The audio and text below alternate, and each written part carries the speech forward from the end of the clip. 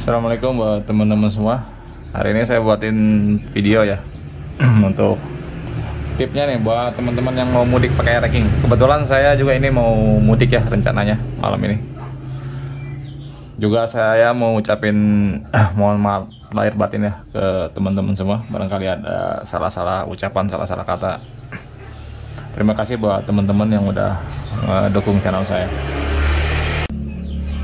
Ya langsung aja ya teman-teman. Untuk tipnya, kalau ente mau mudik ya pakai racking biar nggak apa ya, biar nggak mede-mede lah di tengah jalan. Sebenarnya kalau ente mudik pakai racking tuh enak, banyak temen di jalan.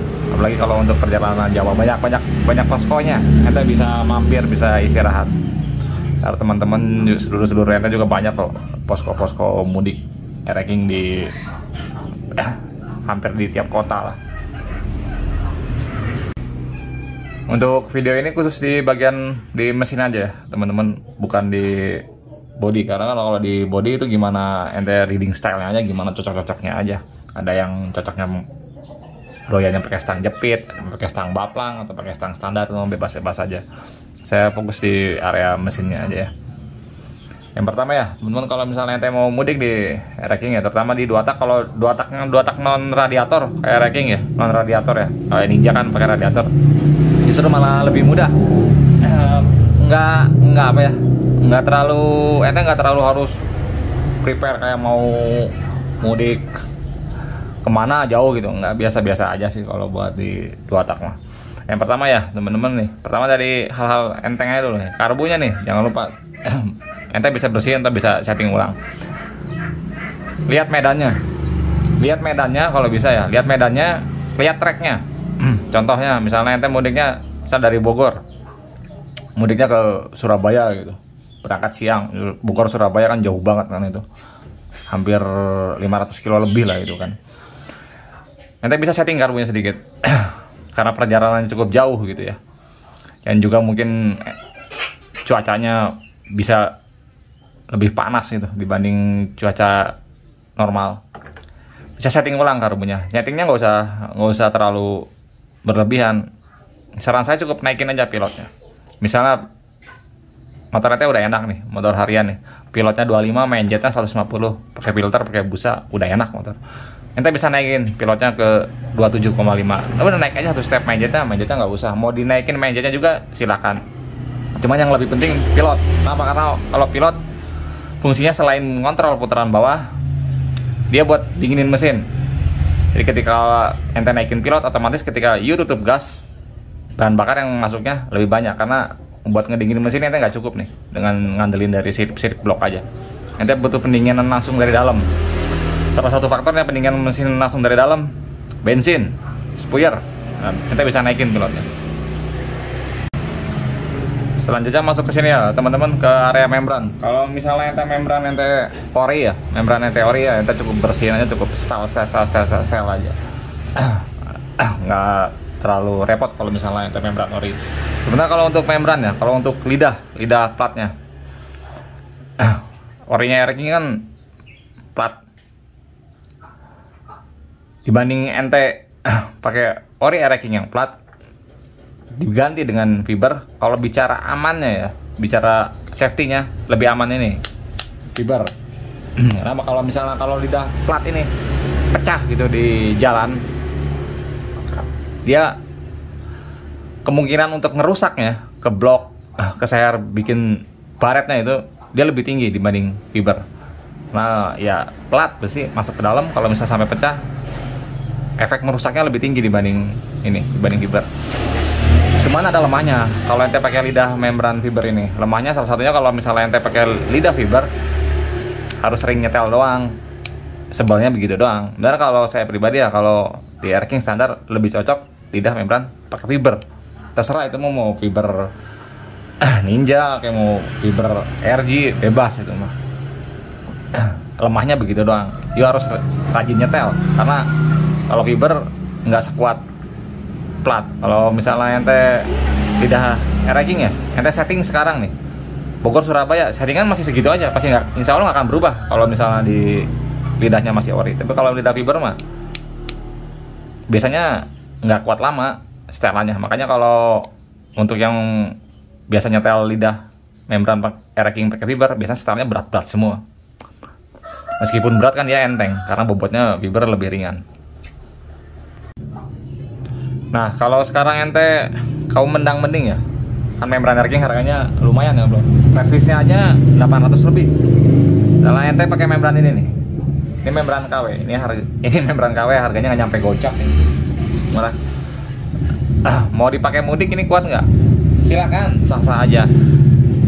Makanya saya dari awal saya saranin ke teman-temannya, pilot naikin satu step lah. Kalau misalnya ente perjalanannya jauh, kalau nggak usah membran ini nih, nggak usah membran KW ya, membran ori racking aja yang ori ya. Kalau ente settingnya terlalu kering ya, settingannya ente terlalu kering, cepet geripis nih si karet di dalamnya, walaupun itu ori ya, karena si karet kurang dialasin oleh bahan bakar ya. Karena itu tadi saya bilang, bahan bakar itu fungsinya nggak hanya ngerubah jadi power aja, tapi dia buat ngelumasin ya, buat pendinginan juga ya. Ente mau mudik pakai membran KW, silakan aja, nggak apa-apa. Tipnya dari saya, kalau ente mau pakai membran KW, ini kan kalau membran KW ente beli lidahnya begini ya. Tuh, lidahnya kan plat juga, cuman tipis ini platnya. Tipis banget platnya, enteng banget. Ini ente pernah lihat ini, tuh. Si plat ini ketemunya dengan almu. Jadi kalau dibiarin seperti ini malah rawan pecah. Nggak karetnya, karena ini nggak nutup semua. Tuh, pinggir-pinggirnya tuh masih ada yang sedikit bentrok dengan cangkangnya tuh. Jadi kalau misalnya ente mau pakai ini, modalin biar ente aman. Pakai fiber, pakai Ninja aja. Ente potongnya jangan ngepasin ujung sini, pasin dengan ujung karet ininya aja nih. Ini kan ada karet tapi nggak penuh. Nah, ente ukir, ente mal, ente pasin dengan body yang ada karetnya aja, nggak usah sampai full kanan kiri, insya Allah aman. Kemudian lari ke sini ya teman-teman untuk blok dan head. Blok dan head, ente mau pakai blok ori, blok OB, blok KW, blok talan gitu. Mau bloknya standar, mau blok punya portingan, mau dipakai mudik, sah, silakan aja, nggak apa-apa. Yang penting ente settingnya pas gitu. Karena patokan motor nge-gym atau enggak atau dominan, biasanya masalahnya di setting. Ente mau pakai blok ori, mau pakai blok seri Y1 Jepang gitu ya, semuanya standar dadar, supirnya lo cekek, motornya lo keringin, tetap aja nge-gym, tetap aja berantakan. Itu mah nggak masalah. Bahkan kalau saya pribadi, kalau perjalanan jauh ya, apalagi mau mudik, itu lebih enak pakai blok portingan dibanding model blok standar. Kalau pakai blok standar di Pantura ngantuk bro, apalagi Pantura treknya panjang, motornya standar, ngantuk, nyeduh kopi, ngajak orang ya, nggak jalan motor ya, yang ngantuk aja kalau motor standar. Beda kan kalau misalnya motor portingan, kagak ngantuk lah. Istilahnya lebih enak dipakai untuk di trek-trek panjangnya. Kemudian ini busi ya teman-teman. Nah, untuk busi ente bisa naikin kodenya satu tingkat. Misalnya yang standarnya racking kodenya NGK B7, ente naikin BP8. Mau lebih dingin lagi bisa P-nya hilangin, langsung ke B8. Nah itu udah bisa naik satu step gitu, udah lebih dingin itu kode businya. Kalau ini kebetulan businya pakai Ninja. Untuk racking pakai busi Ninja udah saya buatin ya tipnya ke teman-teman. Ini kodenya B9. Berarti naiknya ini 2 step, B7, B8, B9. Makanya aman lah kalau untuk dipakai jarak jauh walaupun panas-panasan gitu. Karena businya busi dingin. Masih sekitaran pengapian ya teman-teman, selain busi, spool sama CDI. Kalau bisa ya usahain ente pakainya original, nggak perlu harus baru, bawaan motor atau bekas juga nggak masalah. Yang penting dia original. Kenapa? Karena udah keuji kalau original tahan banting, tahan panas, tahan trek panjang. Daripada ente pakai yang custom gitu atau pakai yang KW gitu, nanti ente mudiknya jauh, perjalanan jauh, nggak kuat panas, percet di jalan, rada repot tuh ente mayday juga. Ya, harus buka magnet, harus buka spool, harus solder. Jadi, saran saya mending spool sama pulser standar. Kemudian yang penting CDI-nya. Pertama di CDI ya. Buat ente yang pakai CDI KW ya, saya saranin ente ganti CDI-nya pakai CDI ori aja. Nggak perlu harus baru, karena emang yang baru kan mahal. Yang baru preslisnya nggak ada. Preslisnya 250.000. Yang baru harga CDI-nya. Ente bisa beli yang second aja untuk CDI. Kenapa? Karena kalau CDI ente pakai CDI KW ya, CDI KW itu biasanya kurvanya flat, paham ya? Flat, datar, rata, mau putaran bawah, mau putaran tengah, mau putaran atas, biasanya flat, dikunci segitu aja. Beda dengan CDI original air racking. Kalau CDI original air racking variable curve disebutnya, di bawah advance, di bawah maju, di atas turun. Kalau kurva ya teman-teman, untuk timing api saya udah pernah jelasin ke teman-teman. Timing api itu nggak pernah lihat berapa kompresi ente, dia nggak pernah lihat berapa kompresi ente, dia nggak pernah lihat berapa kode busi ente, dia nggak pernah lihat berapa setting spoiler ente. Motor yo timingnya terlalu maju, terlalu advance, bubar mesinnya. Nggak peduli kompresi motor ente rendah, nggak peduli busi ente kodenya dingin, B10, B11, B12 gitu, nggak peduli spoiler ente gede, timing api lu terlalu maju, berantakan, bolong bisanya. Jadi saran saya mending CDI standarin. Ya, sekarang lanjut ke sini ya teman-teman, bagian oli nih, pelumasan. Oli perlu dibanyakin nggak? Kalau oli samping ya, rumusnya ya, oli samping. Kalau oli samping jangan dibanyakin, tapi kualitasnya ditingkatin. Lihat, ente pakai oli sampingnya, kualitasnya gimana? Makin bagus ente pakai oli samping, makin sedikit kebutuhan olinya. Argumen kalau air racking atau 2 tak gitu ya, olinya dibanyakin biar awet, memang betul. Trik kayak gitu juga sebelumnya saya pakai, tapi itu dulu ya bro, tahun 2000-an lah, tahun segitulah, tahun 2000 lah. Zaman kalau di Bogor mah zaman balap liar di Surken, di Pemda tuh, wah itu satu botol larutan itu buat 5 liter, kadang buat 4 liter karena olinya jelek. Dulu tuh olinya kalau nggak salah Shell SX deh kalau nggak salah, mineral Jaso FB. Nyari yang bagus-bagus kayak Shell VSX A747 masih cukup langka kalau dulu gitu. Beda dengan sekarang. Kalau sekarang oli-oli bagus yang kualitasnya jaso-jasonya di atas FB kan udah di mana-mana. Minimal sekarang bahkan kalau oli samping kualitasnya jasonya FC. Bahkan rata-rata sekarang FD. Nah, contohnya motor ini ya. Ini oli sampingnya FD. Nanti kalau mau pakai FD banyak. Usahain carinya harganya yang di atas 100.000. Jaso FD harganya di bawah 100.000 juga banyak. Tapi kalau bisa saran saya, ente kalau mau beli oli samping yang Jaso FD, cari yang harganya di atas 100.000, karena tetap aja ya bro, harga mah nggak bisa bohong. Lihat nih setelan oli sampingnya. Ini paling berapa klik? Ini harian ya. Kalau ini segini emang segini oli sampingnya, bukan karena saya bikin konten di setel segini. Yang pernah main ke sini pasti tahu kalau setelan oli samping saya emang irit.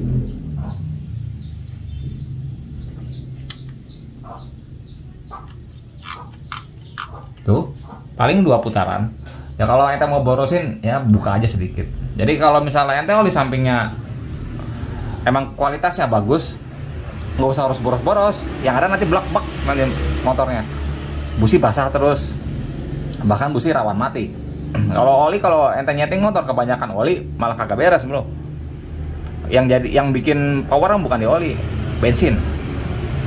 Saran saya daripada ente banyakin oli, lebih baik pilotnya naikin, jadi motor lebih dingin, lebih basah.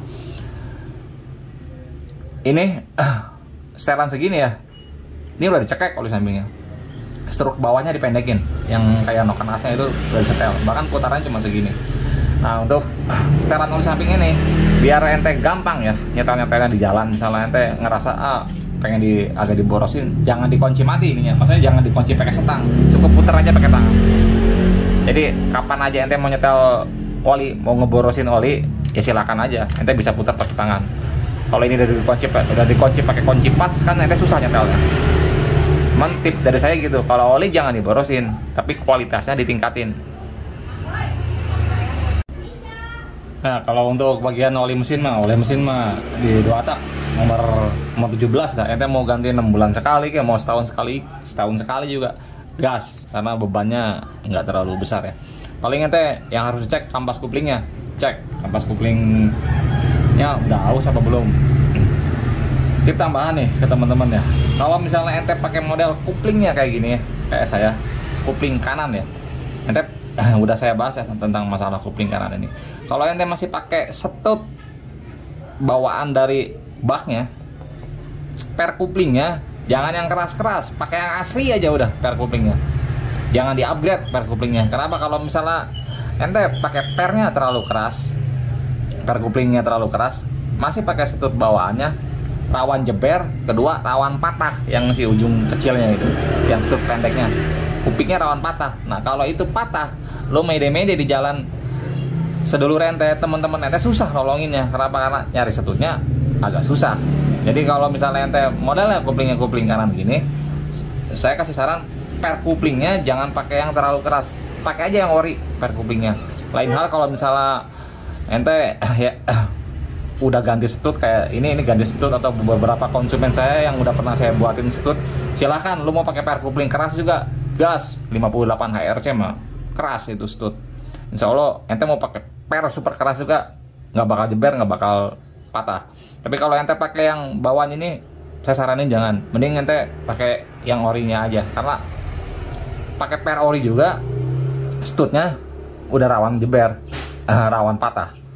Jadi jangan di-upgrade lagi untuk per kuplingnya, karena perjalanan ente jauh bro, perjalanan ente jauh. Yang kedua ada resiko macet. Kalau resiko macet ente narik kupling terus kan, narik terus, berarti si setut narik terus ya. Kalau setut ente lemah, setut ente nggak terlalu kuat, ketemu sama per keras, kalau nggak jeber patah. Kemudian nih teman-teman, buat teman-teman yang pakai gas spontan ya, ini kayak ini kan motor ini gasnya bukan asli ya, pakai gas spontan. Di sini kan pakai sambungan nih, 2 sambungannya kan pakai benang. Ente bawa aja benang, bawa benang lah sekitar 10 lilit mah. Jaga-jaga barangkali putus di jalan. Karena kan ada yang dililit pakai benang, ada yang disolder. Nah, kalau saya ini pakai benang dililitnya. Jadi kalau pakai benang, kalau misalnya putus di tengah jalan ya tinggal lilit lagi. Kalau pakai solder kan rada repot, harus nyolder lagi. Ya, kemudian nih knalpot ya. Kalau misalnya ente pakai knalpot kolong ya nggak masalah, tinggal setting aja sepuirnya. Emang kalau kolongan biasanya sepuirnya pasti gede. Cuman kalau mau pakai model knalpot kayak gini, toet atau black tengah atau black samping gitu bahasanya, yang ente harus perhatiin ya, sebelum ini berangkat nih, lehernya coba dibongkar dulu, dicek dulu. Biasanya kalau servis racking ya sering dilewatin nih bagian leher. Soalnya di sini kalau misalnya ente pembakarannya kurang bagus atau pakai oli yang kurang bagus, numpuk di sini nih kerak sepanjang leher ini. Bersihin dulu si keraknya. Karena kalau misalnya di sini banyak keraknya, otomatis lubangnya jadi kecil. Kalau lubangnya jadi kecil, meskipun blok ente portingan atau mesin ente sehat, motornya ngeden, tetap aja ngeden karena ketahan di sini nih, ketahan di leher. Lihat lehernya, kalau memang banyak kerak, bawa ke tukang las, minta dirontokin kerak-keraknya, atau ente mau sodok-sodok sendiri juga bisa. Cuman lebih enak bawa ke tukang las, panasin dari dalam biar rontok semua. Oke, rantai nih. Kalau teman-teman yang pakai rantai tipis ya, 415H gitu, rantai tipis, bawalah 1 sambungan. Soalnya rantainya nggak umum, ente putus tengah jalan, rantai belum tentu bengkel-bengkel pinggir jalan gitu ya sediain sambungan rantai 415. Jadi lebih baik ente kalau motor ente pakai rantai 415, bawalah 1 sambungan rantai 415. Ya selanjutnya paling kayak bearing ini nih, bearing tromol, bearing tap gear, kayak gitu mah umum, ente juga udah pasti bisa ngecek sendiri lah. Ya segini ya teman-teman untuk video saat ini, untuk tip buat ente semua yang mau mudik pakai racking. Kalau ada yang kurang, kalau ente mau nambahin silahkan tulis saja di kolom komentar. Oke, terima kasih ya teman-teman atas waktunya.